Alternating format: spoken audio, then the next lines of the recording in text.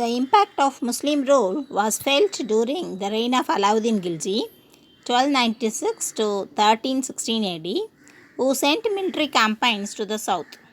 The primary objectives was to plunder the wealth rather than to expand his territory.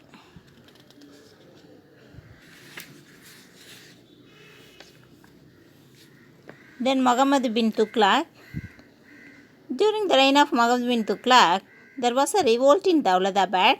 Alauddin Bahman Shah set up the Bahmani Sultanate in 1347 AD with his capital in Bidar. Bahmani Sultan established that Alauddin Bahman Shah established Bahmani Sultanate in 1347 AD. His capital Bidar. The Bahmani kingdom survived for nearly a century and a half, mainly due to the able administration of Muhammad Gawan. Muhammad Tughlaq chief minister Muhammad Gawan. He was a great statesman and loyal minister. After his death, many viceroys declared their independence, and by the end of 15th century, 5 sultanates came up in the Deccan. The 5 sultanates came up in the Deccan, that is Bijapur, Golconda, Ahmednagar, Berar and Bidar. These are the 5 sultanates came up in the Deccan. Bijapur and Golconda were the largest sultanates, and the region entered a phase of considerable economic growth and expansion of trade. The Deccan Sultanates were conquered by Aurangzeb in 1660s AD, and the entire region, as far as south as Madras, became the part of the Mughal Empire.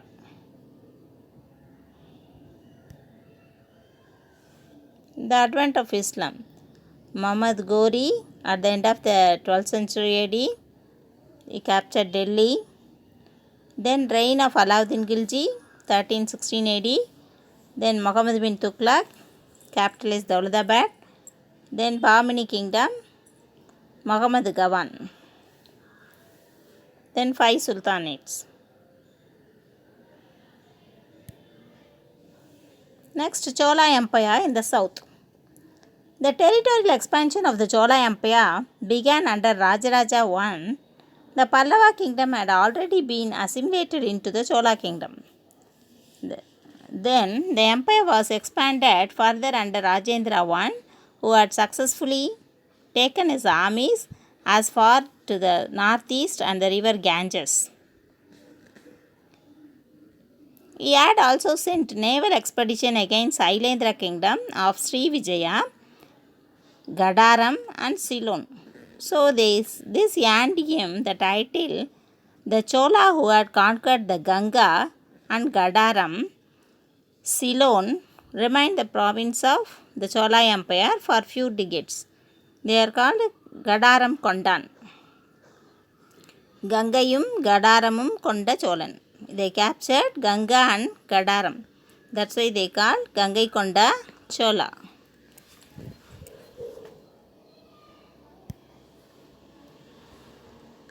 Rajaraja Chola empire extended under Rajendra I, sent naval expedition against Sailendra kingdom, got the title Gangayum Gadaramum Konda Chola.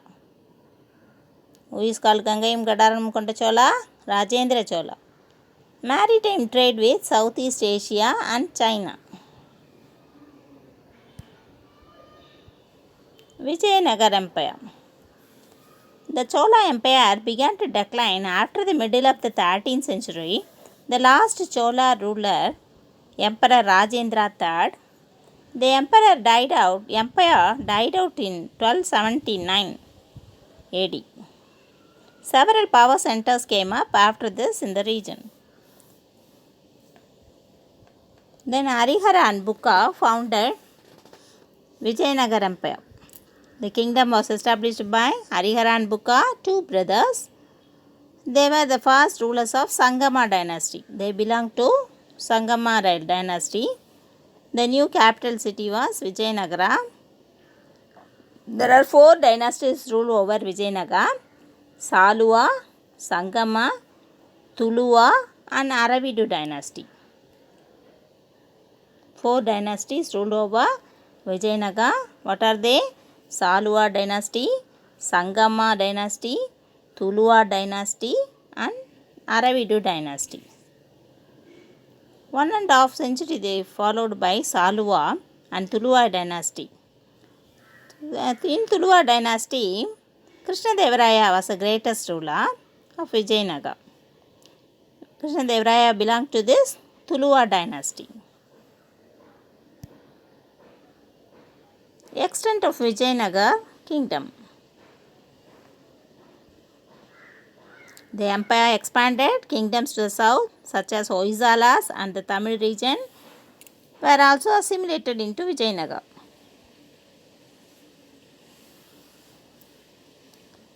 Vijayanagar was almost continuously at war with the Bahmani sultans as well as with religious-based kingdoms of Kondavidu and Orissa. Finally, the combined forces of the 5 Deccan sultanates defeated Vijayanagar in 1565 AD at the Battle of Talaikota. Battle of Talaikota was the greatest war. The combined forces of 5 Deccan sultanates defeated Vijayanagar in 1565 AD at the Battle of Talaikota.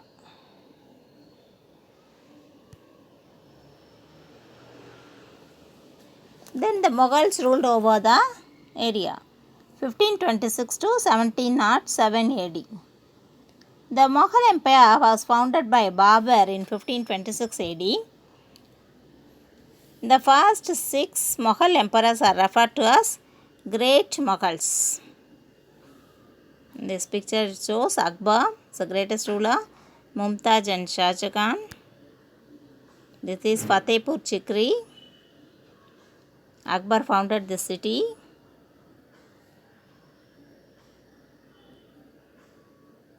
The Mughals. Babur founded in 1526 AD. The Great Mughals. The first 6 Mughal emperors are referred to as Great Mughals. Aurangzeb was the last of the Great Mughals. Akbar consolidated the Mughal Empire through conquest and through a policy of conciliation with the religious-based kingdoms of Rajasthan. The Mughal Empire, though began and disintegrated after Aurangzeb, continued to exist nominally till 1857. They existed till 1857 AD, when the British finally entered the virtually non-existent empire. Then the arrival of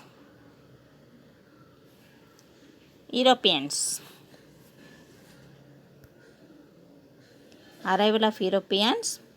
During 15th century, the Europeans were preoccupied with trying to find a direct sea route to India by passing over the land route through West Asia and the Mediterranean. The spice trade from India was controlled by Muslims up to Alexandria. In 1498, Vasco da Gama landed on the Kerala coast, having sailed around the Cape of Good Hope in South Africa. Barely 5 years later, the Portuguese built their first fort in Cochin.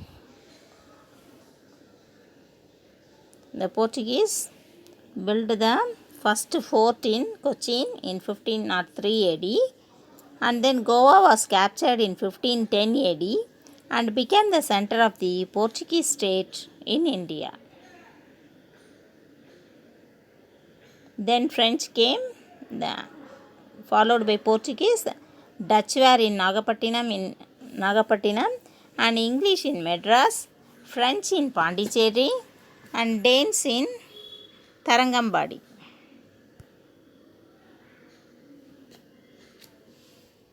Impact on polity. The Chola period was an enterprising period when trade and the economy expanded, accompanied by urbanization. The administrative machinery was reorganized during Chola rule. The basic unit of local administration was the village, Ur, followed sub-region, Nadu, district, Kotam. Then tax-free villages granted to Brahmins were known as Brahmadeya. The tax-free lands given to Brahmins were known as Brahmadeya. Marketing centers and towns were known as Nagaram. The Ur, Nadu, Brahmadeya and Nagaram each had its own assembly. They were responsible for the maintenance and management of the water resources and land, the local temples, resolving local issues and disputes, and for collecting the taxes due to the government. Then economy, agriculture was developed. India was predominantly an agricultural country and a very large proportion of population lived in rural areas and depended on agriculture for their livelihood, isn't it? Construction of lakes, tanks and reservoirs, as well as they use the check dams, also increased for the availability of water for irrigation. So irrigation is very necessary for agriculture, no? So they developed irrigation facilities. Cultivators were also encouraged to dig wells. Lift irrigation was used to draw water. In the north, the Persian wheel was used for lifting water from the wells. In the Tamil region, the Cholas had created the network of canal and irrigation facilities. Then non-agricultural production. Non-agricultural production refers to both processed agricultural products and craft production.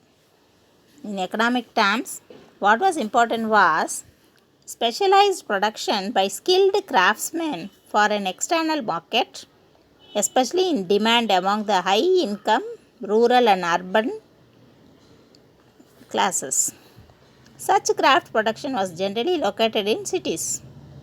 Craftsmen generally worked on an individual or family basis from their homes or workshops, though larger manufacturing units employing many craftsmen were set up under the Mughals rule.